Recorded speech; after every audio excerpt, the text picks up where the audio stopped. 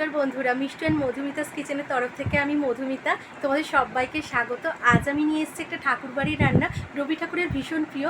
Please তোমরা watch করো, খুব হালকা রান্না। বন্ধুরা, আজ আমি হাজির হয়েছি একটা ট্র্যাডিশন, মানে অনেক পুরনো দিনের রান্না, ঠাকুরবাড়ির রান্না এবং রবি ঠাকুরের ভীষণ প্রিয় রান্নাটা। এটা হলো লাউয়ের মালাইকারি। খুব মাইল্ড, মানে খুব হালকা মশলা পড়ে এবং খুব সুস্বাদু হয়। এই গরমে তো ভীষণ উপাদেয়। তো চলো বন্ধুরা, কেমন করে বানাই প্লিজ ভিডিওটাতে স্কিপ না করে আমার সাথে থেকো, এই অনুরোধ রইল। পুরনো বন্ধুদের আমার সাথে থাকার জন্য অসংখ্য ধন্যবাদ জানিয়ে, আর নতুন বন্ধুদের আমি আমার চ্যানেলে আসার জন্য স্বাগতম জানিয়ে আমার ভিডিওটা শুরু করছি। বন্ধুরা, আমি রেসিপির জন্য এরকম একটা লাউ নিয়েছি। এবার এটাকে আমরা খোলা ছাড়িয়ে ভালো করে ধুয়ে নিয়েছি আগে, এবার খোলা ছাড়িয়ে কেটে নেব। আমি অর্ধেক লাউকে এরকম সরু সরু করে কেটে নিয়েছি, আর আলু, একটা বড় আলুকে এরকম সরু সরু করে কেটে নিয়েছি। কড়াইতে বেশ খানিকটা তেল আর একটু 1 চামচ ঘি দিয়েছি, একটা গোটা কাঁচা এই শুকনো লঙ্কা আর একটা তেজপাতা দিয়েছি, আর 1 স্পুন 5 ফোড়ন দিই। ফোড়ন থেকে মিষ্টি গন্ধ এসে গেছে, এবার আমরা আলুগুলো দিয়ে দেব।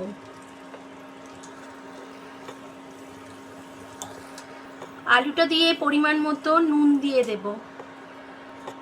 নুন দিয়ে এবার একটু ভেজে নেব, এটাকে একটু ভাজা ভাজা করে নেব।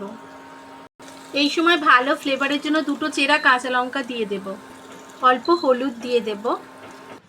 ঠিক এই সময় কষাবার সময়, মানে আলুটা ভাজার সময়, আদা, জিরে আর কাঁচা লঙ্কা, আদা, ধনে আর জিরে 3টে একসঙ্গে আমি বেটে রেখেছি। আর এটা 1 টেবিল স্পুন মতো দিয়েছি আমি। 1 ইঞ্চি আদা আর 1 টেবিল স্পুন জিরে ধনে একসাথে বেটেছিলাম, কিন্তু বাটনাটা আমি সবটা দিইনি। আমি 1 টেবিল স্পুন মতো দিলাম, কারণ এই রান্নাটা খুব মাইল্ড হবে, ওই জন্য এই রান্নায় বেশি, মানে খুব স্ট্রং ফ্লেভারের, মানে আদা যেহেতু ভালো গন্ধ, মানে খুব মাইল্ড ফ্লেভারের জিনিসটা হবে বলে খুব বেশি মশলার ব্যবহার আমরা করব না।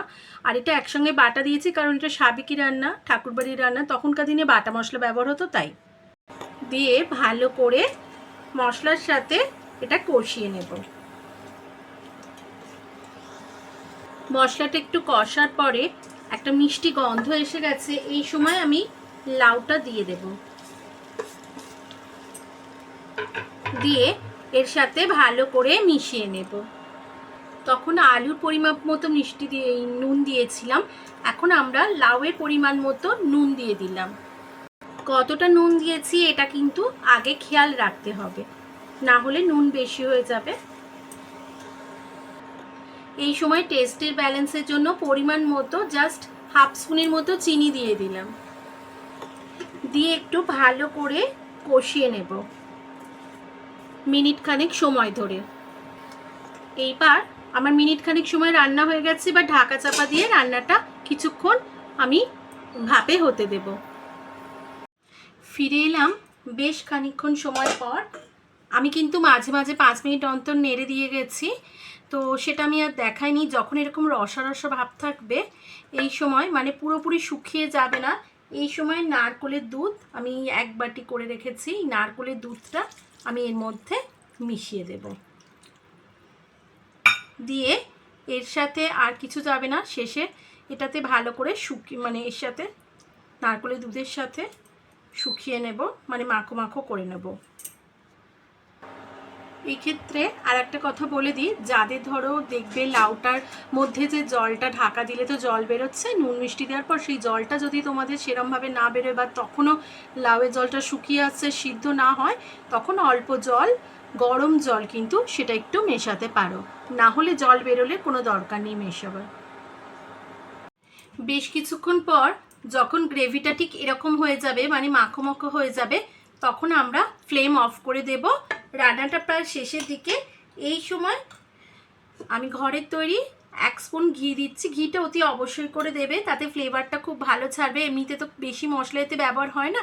তো তৈরি হয়ে গেল রবি ঠাকুরের প্রিয় ঠাকুরবাড়ির একটি রান্না, লাউয়ের মালাইকারি। কেমন লাগলো বন্ধুরা এই রান্নাটা? যদি রেসিপিটা ভালো লাগে প্লিজ লাইক শেয়ার কমেন্ট করো, আর নতুন বন্ধু হলে আমার চ্যানেলে চ্যানেলটাকে সাবস্ক্রাইব করে নিয়ে বেল আইকনটাকে ক্লিক করে পাশে থাকার অনুরোধ রইল। আমি এরকম সহজ সরল রান্নার রেসিপি দিয়ে এবং কম তেল মশলাই দেওয়ার চেষ্টা করি, যেটা যতটুকু মানে খুব কম না দিলে নয় সেরকমই দিই। তো চলো এখনকার মতো চলে যাচ্ছি, আবার হাজির হয়ে যাবো নতুন কোনো রেসিপি নিয়ে। ততক্ষণের জন্য খুব ভালো থেকো, সুস্থ থেকো, টাটা।